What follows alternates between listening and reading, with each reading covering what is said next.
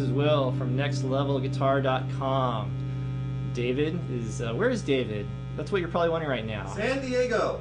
David's in San Diego, but more importantly, he's behind the camera and he's put me to work showing off my, my oddball collection of guitars. What I have for you today is a Mosrite M88 model made in 1988.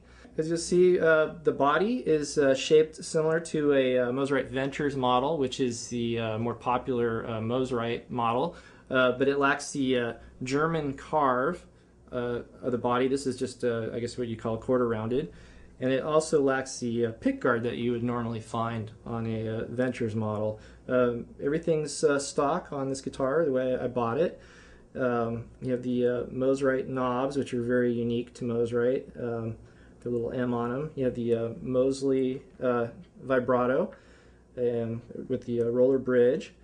And we have Mosrite of California single coil pickups in white, which is most Mosrites you come across, you'll see these are normally black, so this is kind of rare. Very hot pickups, very fat, overwound single coil pickups. We have a nice sparkle blue finish, which is started to lacquer a little bit, or started to crack a little bit. Check in places. Thank you, David. Moving on to the neck, you'll see we have a maple fretboard, but what's interesting is it's sandwiched. It's a maple neck, and then there's like a piece of rosewood in between, and then you have the maple fretboard, which is kind of a neat feature.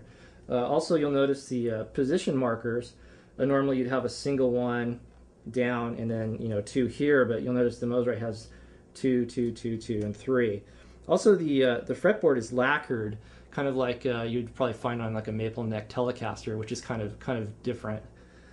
Moving a little further up the neck, come to the 0 fret, and this is about the most exaggerated example I've ever seen of a 0 fret.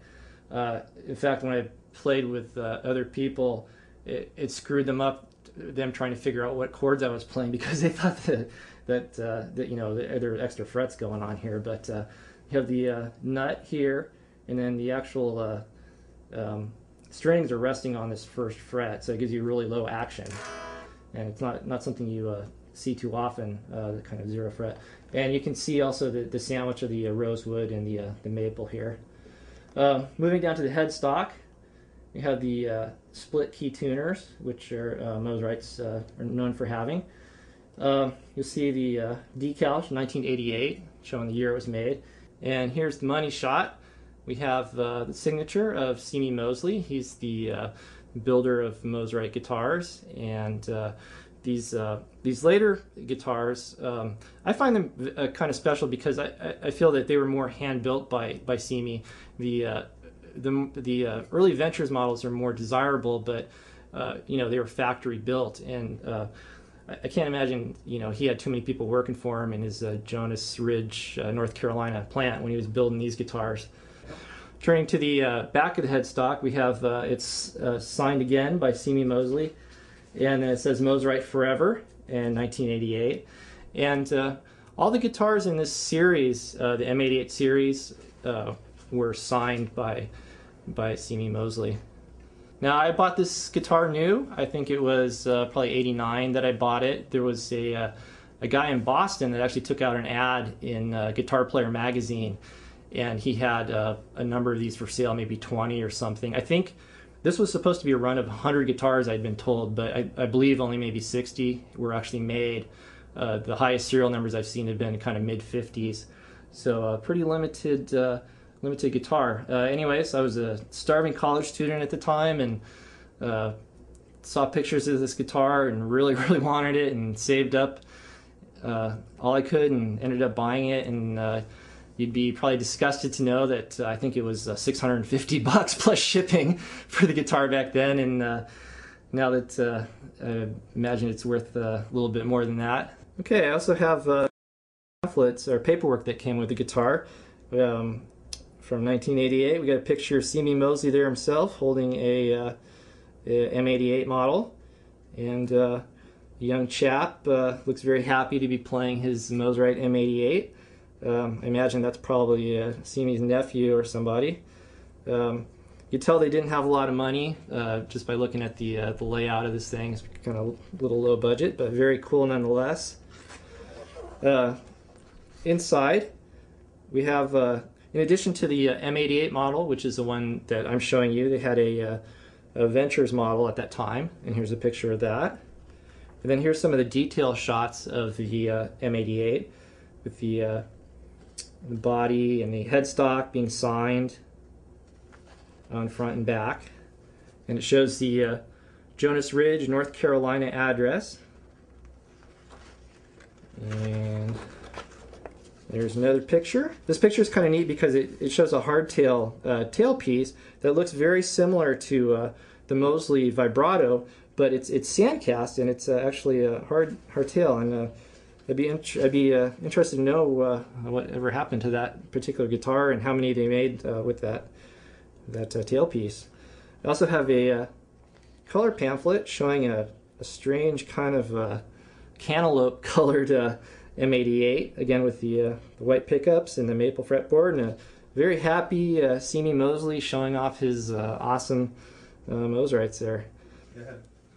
All right, now that we've gone over a little bit of the history of the guitar, I'm going to go through some of the sounds, take you through the pickups. Starting off, I'm going to play a little bit through the neck pickup here.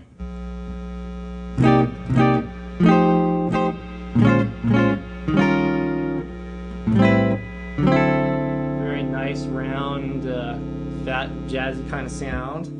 A little bit of a buzz there going, but we'll go for the neck pickup here. Definitely more jangly.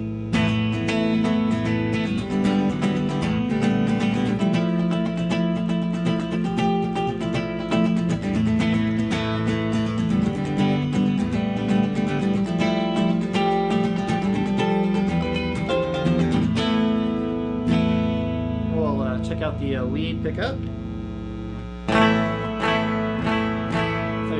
A lot more nasally.